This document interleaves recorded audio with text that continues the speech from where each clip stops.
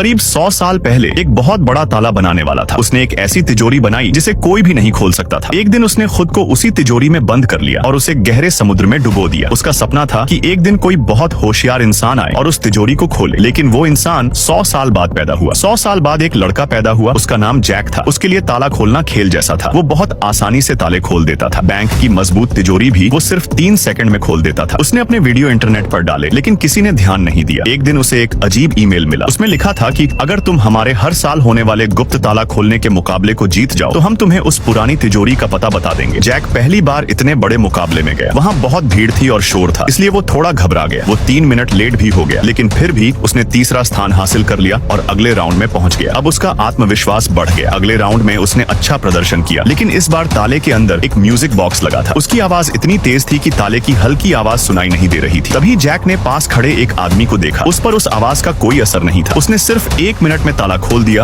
और सीधे फाइनल में पहुंच गया। वो आदमी जॉन था, जो पिछले 10 साल से इस मुकाबले का चैंपियन था। अब फाइनल शुरू हुआ। समय सिर्फ 2 मिनट था और सामने दुनिया का सबसे मुश्किल ताला था। जॉन ने ताले की आवाज सुनने की कोशिश की, लेकिन इस बार अंदर ऐसी मशीन लगी थी जिससे कुछ भी सुनाई नहीं दे रहा था। लेकिन जॉन तैयार था। उसने आवाज बढ़ाने वाला एक यंत्र निकाला और सबको लगा कि वही जीतेगा। जैक बिल्कुल शांत था। उसने अपना हाथ तिजोरी पर रखा। भीड़ के शोर से तिजोरी पर हल्की कंपन हो रही थी और जैक उसे महसूस कर सकता था। समय खत्म होने में सिर्फ 1 मिनट बचा था, लेकिन जैक अभी भी खड़ा था। सबको लगा कि उसने हार मान ली। अचानक जैक ने काम शुरू किया। सिर्फ 7 सेकंड में उसने तीनों ताले खोल दिए। तिजोरी खुल गई और जैक जीत गया। जैक ने खुशी से पूछा कि अब उस पुरानी तिजोरी का पता बताओ, लेकिन आयोजकों को खुद कुछ नहीं पता था। उन्होंने उसे $1 मिलियन देकर वहाँ से भेज दिया। अगले दिन एक रहस्यमयी महिला उसके सामने आकर खड़ी हो गई।